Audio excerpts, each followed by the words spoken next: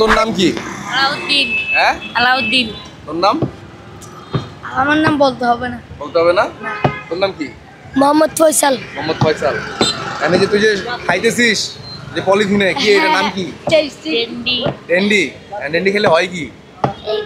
চাঁদনের দেশে জায়গা। আরে তুই খাস কেন? মানে তোর মনে কষ্টটা কি? এত কষ্ট কিসের? এই তো প্রেম করে না। প্রেম করে না, প্রেম করে দিছে একবার। প্রেমে প্যারা দিছে, তারপরে তুই এরপর থেকে ডেন্ডি খাস। ওই দেখি দেখি উচ্চাও দেখি পলিথিনটা দেখি।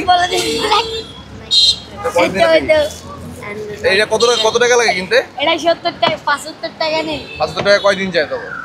এই তো একবারে খাই নি, এই তো দেখছেন না একবারে খাই নি। একবারে খায় নিছে? ও তাহলে কি ভাতের লগে মিলাও খাস?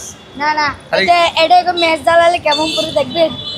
আল্লাহর কাছে মাস্টার চলে যাবে মায়ের। ওই যে দাঁড়ান আমি টাচ। তুমি আর কি খাও ক্যান্ডি মধ্যে? আর কিছু খাস তোরা এটা ছাড়া? আর অনেক কিছু খাই। আর অনেক কিছু খাস? আর অনেক কিছু কি?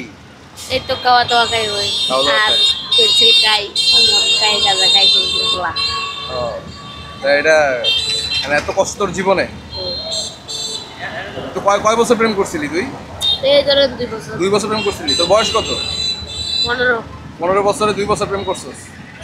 তার ছাইরা গেছে কবে তোরে? এই ধরেন 1 বছর হচ্ছে। 1 বছর হচ্ছে তো ছাইরা চলে গেছে। আর তোর জীবনে তাহলে অনেক কষ্ট। যাক, খাইস না, তোর এখনো বয়স কম। স্কুলে যাস? স্কুলে যাই না, যাস স্কুল না? পড়া করা থাকতে হবে। আচ্ছা, এগুলো তো ভালো জিনিস না। একটা আইসক্রিম খাও। আইসক্রিম খাবি? তোমার একটা আইসক্রিম না নাই? আইসক্রিম তো শেষ। তুই বল, এটা আর খাবি না? মনে থাকবে?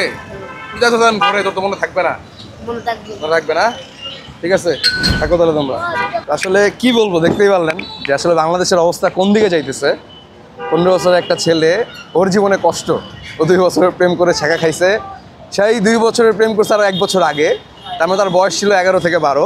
সে সেই বছরের প্রেম করে ছেঁকা খাইছে, এরপর থেকে সে নাকি এখন ডেন্ডি খাওয়া শুরু করছে, এটা খাওয়া শুরু করছে, এটা খাওয়া শুরু করছে। তা আসলে এই দোষগুলো কাদের? আমাদের দেশের দোষ, না সমাজের দোষ, না সোসাইটির দোষ? সো এটা আসলে আমাকে ভাবায় জিনিসগুলো, যে আসলে জিনিসগুলো কীভাবে ঠিক হবে।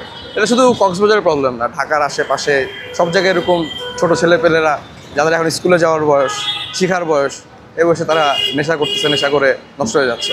সো আমার মনে হয় যে সরকারের তরফ থেকে এরকম কোনো ব্যবস্থা নেওয়া উচিত, যাতে ওদেরকে কোনো একটা গাইডলাইনের মধ্যে নিয়ে আসা যায়, ওদের জীবনটাও যাতে সুন্দর হয়, ওদেরকেও যাতে ওরা যাতে সোসাইটিতে খুব প্রাউডলি এরকম বসবাস করতে পারে। এটাই আমার প্রত্যাশা থাকবে আর কি।